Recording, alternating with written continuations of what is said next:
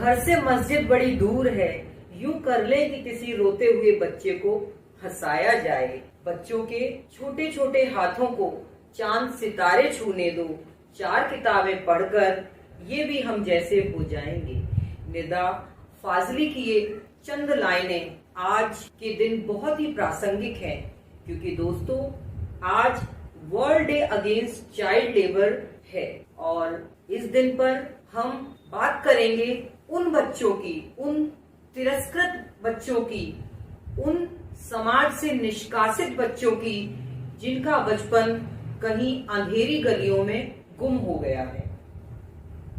आज वे वंचित हैं हर उस सुविधा से जो एक बच्चे को मिलनी चाहिए। तो मैंने एक सीरीज शुरू की है, प्रयास से परिवर्तन, और आज के दिन क्योंकि world day against child labour का दिन है तो मैंने आमंत्रित किया है एक ऐसे मेहमान को जिन्होंने अपने पूरा जो जिंदगी के जो गोल्डन ईयर्स हैं वो जो बच्चे हैं, बाल श्रमिक हैं, बंधुआ मजदूर हैं, उनको मुक्त कराने में लगा दिया है। जी हाँ दोस्तों, मैं आज बात कर रही हूँ डॉक्टर ज्ञानेंद्र मिश्रा जी की, जिन्होंने 2002 में एक उड़ान सोसाइटी का गठन किया। आप यहीं पर संतुष्ट नहीं हुए, आपकी ये उड़ान सोसाइटी पूरी तरह से बच्चों के लिए डेडिकेटेड है। उसके साथ साथ आपने चाइल्ड हेल्पलाइन, जो कि गवर्नमेंट ऑफ इंडिया की एक स्कीम है, उसके भी आप निदेशक हैं इस वक्त, और आपकी ये दोनों ही संस्थाएं बच्चों का बचपन पुनः लौटाने की कोशिश कर रही हैं। तो मैं आज प्रयास से परिवर्तन की सीरीज के उद्घाटन के अवसर पर डॉक्टर ज्ञानेंद्र मिश्रा जी का स्वागत, वंदन और अभिनंदन अपने इस चैनल मोटिवेशनल मंजू मैम के माध्यम से करती हूँ, और आप सभी दर्शकों का भी बहुत बहुत शुक्रिया करती हूँ कि मेरे चैनल को आपका जो भरपूर स्नेह मिल रहा है। तो डॉक्टर मिश्रा जी, आपका बहुत बहुत स्वागत है। तो आप थोड़ा विस्तार से बताइए कि आपने ये जो उड़ान सोसाइटी बनाई, इसका ख्याल आपके मन में कैसे आया? पहले तो मोटिवेशनल मंजू मैम के सभी दर्शकों का, ये जो चैनल मैडम ने बनाया है, सभी दर्शकों का मैं हार्दिक अभिनंदन करता हूँ, वंदन करता हूँ। और आज मैडम ने मुझे जिस उपयुक्त विषय पर बात करने के लिए बुलाया है वो हमारे हृदय के बहुत करीब है, क्योंकि उड़ान सोसाइटी हम लोगों ने जिस प्रकार गठित की और आज लगभग 18 वर्ष से ऊपर हो चुके हैं उसको, तो हम लोग यहाँ यूनिसेफ में काम किया करते थे, और यूनिसेफ में हम पल्स पोलियो अभियान यूनिसेफ का चलता था, उसके लिए काम करते थे, जिसमें हम लोग शहर की बहुत सारी मलिन बस्तियों में जाते थे, दूर दराज के गाँव में जाते थे, और बच्चों को, ऐसे परिवार जो कि बच्चों को पोलियो की दवा नहीं पिला रहे, उनको समझाते थे, उनको मोटिवेट करते थे कि वो बच्चों को अपने सेहत के लिए इस पोलियो की दवा को पिलाएं। तो उसी क्रम में जब हम जाते थे तो देखते थे कि ऐसी और बहुत सारी समस्याएं हैं स्वास्थ्य की सेवा के अलावा, जो कि वाकई में जिन पर काम किया जाना आवश्यक है, और अगर वो नहीं किया गया तो हमारा ये शहर अलीगढ़ खास तौर से बहुत पीछे छूट जाएगा। विकास की इस दौड़ में पीछे ना छूटे अलीगढ़, तो इसीलिए हम लोगों ने उड़ान सोसाइटी का गठन किया, और उसके बाद से ही ये संस्था लगातार जो ऐसे मुद्दे हैं, समसामयिक मुद्दे हैं, जिनको की छुए जाने की आवश्यकता है, जिन पर काम किए जाने की आवश्यकता है, जहां बदलाव की एक पहल उड़ान सोसाइटी ला सकती है, उसका काम हम लोग कर रहे हैं। तो इसी क्रम में 2011 में हम लोगों ने चाइल्ड लाइन की शुरुआत की, और चाइल्ड लाइन भारत सरकार के ministry of women and child development का एक प्रोजेक्ट है, जिसके तहत पिछले लगभग 11 वर्षों में हम लोगों ने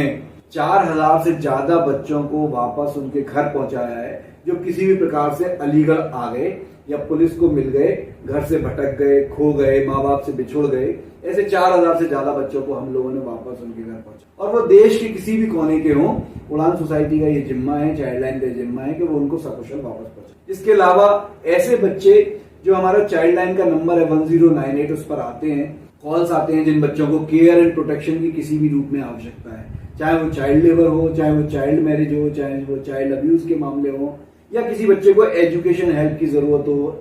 हेल्थ में किसी हेल्प की जरूरत हो, तो ऐसे सभी बच्चों को चाइल्ड लाइन और उड़ान सोसाइटी मिलकर कहकर करते हैं। जैसा कि आपने बताया कि कोई बच्चे के साथ कोई हेल्थ इश्यू है या फिर उसे एजुकेशन दिलवानी है, तो इस तरह के बच्चों को जब आप रेस्क्यू करा लेते हैं तो उनका कैसे एडमिशन कराते हैं या कैसे उन्हें अस्पतालों में उनको इलाज के लिए भेजते हैं? देखिए, एक तो बहुत सारे तरीके हैं इसके हमारे पास में। और जो चाइल्डलाइन के पास क्या होता है, कॉल्स आती हैं। एक तरीका चाइल्डलाइन के पास ये है कि वहां पे कॉल आएगी और कोई व्यक्ति वो मदद चाहेगा अपने बच्चे के बारे में जो 0 से 18 वर्ष का है, तो उस कॉल पर चाइल्डलाइन की टीम जाती है जो कि 24 घंटे हमारे दफ्तर में बैठती है। एक रेलवे स्टेशन पर एक बूथ है हमारा और एक जो है बसंत विहार में है, तो वहां दोनों जगह चाइल्डलाइन की टीमें 24 घंटे बैठती हैं। और जब कभी भी कॉल आती है तो 1 घंटे के भीतर वो उस जगह पर पहुंचते हैं जहां पे कि बच्चे को किसी भी प्रकार की मदद की आवश्यकता। उसी क्रम में जब वो देखते हैं कि किसी बच्चे को जिस प्रकार की आवश्यकता है तो वो उस गवर्नमेंट की फैसिलिटी से या प्राइवेट कोई भी फैसिलिटी है वहां से लिंक करती है चाइल्डलाइन की टीम और सरकार की या गैर सरकारी योजनाओं के साथ में उसको जोड़कर उसकी मदद देते हैं। अब जैसे बात आई कि किसी बच्चे को स्वास्थ्य सेवा में मदद की आवश्यकता है, तो हम लोग उसको सरकारी अस्पताल हैं पहले तो वहां पे एडमिट कराने की कोशिश करते हैं, जो भी मलखान सिंह अस्पताल है या जिला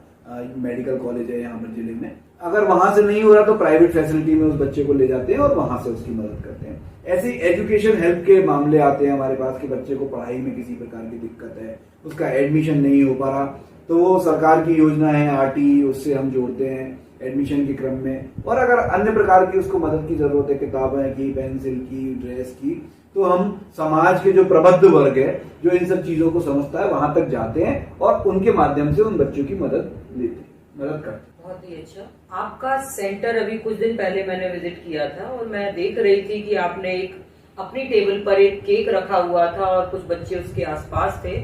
और एक केक कटिंग सेरेमनी हो रही थी, तो सर उसके विषय में बताइए। देखिए, वो जो है उड़ान सोसाइटी का जो स्थापना दिवस है वो 13 दिसंबर को होता है और उसी स्थापना दिवस के क्रम में हम लोग जो समाज के वंचित वर्ग के बच्चे हैं या ऐसे बच्चे जो कि चाइल्ड लाइन में आ गए और तब हमारे पास में हैं उस वक्त, तो हम उन बच्चों के साथ ही अपना जो स्थापना दिवस है सेलिब्रेट करते हैं। और हमारा मानना है क्योंकि जो ऐसे बच्चे हैं जो कि वंचित वर्ग से हैं, अगर उनके साथ इन सब कामों को किया जाए तो उनमें एक प्रेरणा जागृत होगी और उनमें भी एक अच्छा बनने की, अच्छा दिखने की, समाज में अपनी पहचान स्थापित करने की एक प्रेरणा मिलेगी। तो इसी क्रम में हम इस तरह के बच्चों के साथ में अपना जो भी हमारे खुशी के पल हैं उनको जो मनाते हैं। मैंने देखा है कि आप स्वयं भी बहुत अच्छे काउंसलर हैं और बच्चों को मोटिवेट करते हैं, उन्हें सही रास्ता दिखाते हैं, तो क्या कोई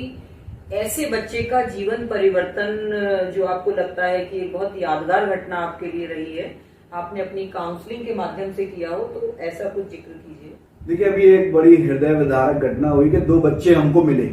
और वो दिसंबर माह में सूत मिल चौराहे पर हमको मिले। दोनों बहन भाई थे और एक की उम्र 6 वर्ष और एक की उम्र 7 वर्ष थी। जब वो बच्चे पुलिस के माध्यम से हमारे पास आए तो बच्चों ने बताया कि साहब जो है मेरे मामा ने हमको यहाँ पे छोड़ दिया है। लेकिन जब बच्चे उस वक्त डरे हुए थे, जब 4 दिन 5 दिन बाद जब हमारी काउंसलिंग हुई, उनके साथ लगातार बात हुई, तो बच्चे बोले कि नहीं, हमारी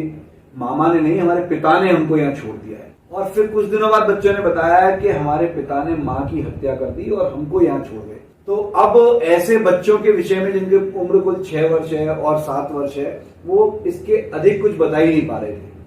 वो बच्चे हमारे साथ 3 महीने तक रहे, लगातार हमारी टीम उनकी काउंसलिंग करती रही। और एक बार फिर मैं फेसबुक पर बैठा और फेसबुक पर बैठ के मैंने उनको अलग अलग उनके माँ और पिता के नाम के जो भी प्रोफाइल हो सकते थे वो दिखाए। जब माँ बाप के प्रोफाइल दिखाए तो एक प्रोफाइल को बच्चों ने पहचान लिया कि ये हमारी माँ है और ये हमारे पिता है। फिर उस प्रोफाइल के माध्यम से हमने पुलिस के साथ में मिलकर काम करना शुरू किया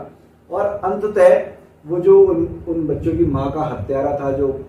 तथाकथित पिता था, वो पकड़ा गया और आज जेल में है। और वो दोनों बच्चे अपने नानी और अपने मामा के पास आगरा में सकुशल वापस पहुंच पाए, वरना उनका कोई पता ही नहीं लग रहा था। लेकिन चाइल्ड लाइन ने इसके लिए 3 महीने तक मेहनत करी, उन बच्चों को रखा अपने पास, लगातार उनकी काउंसलिंग गवर्नमेंट हॉस्पिटल में हमारी टीम के द्वारा जगह जगह पे की और तब जाकर उस पूरे मामले का पर्दाफाश हो सकता है। ऐसे बहुत सारे केस चाइल्ड लाइन जो है सुलझाती है और खासतौर से बच्चों के मामले। जो आपका आउटरीच प्रोग्राम होता है, हालांकि आपकी टीम जाती है,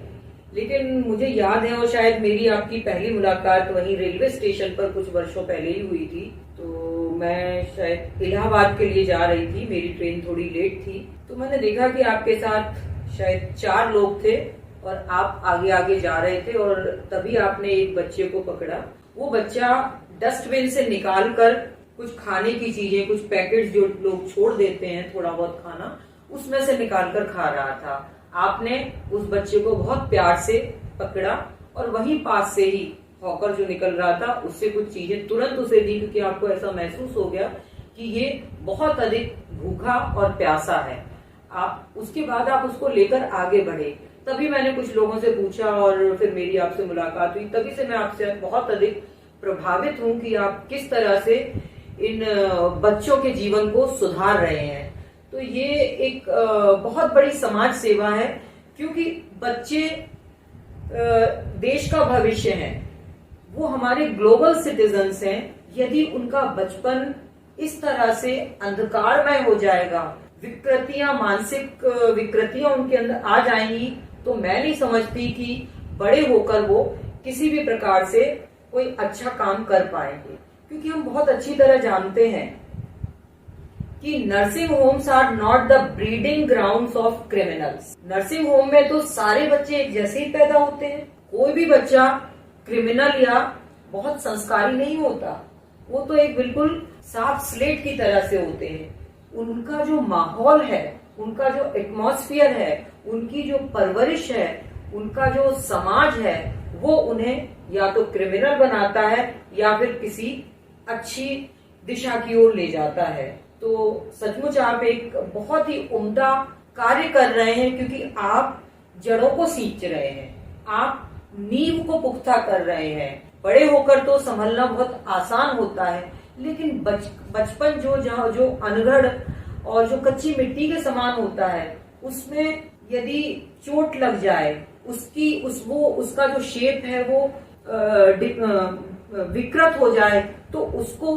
पकने के बाद संभाल पाना बहुत मुश्किल है। तो इस कच्चे घड़े को जिस प्रकार से आप अपनी सूझबूझ, अपनी समझ और अपनी मेहनत और लगन से जो आपका जो प्रयास है, वो बहुत ही सराहनीय है। आज मैं अपने इस चैनल के माध्यम से आपको बहुत बहुत साधुवाद देती हूँ, आपको नमन करती हूँ और आपके उज्जवल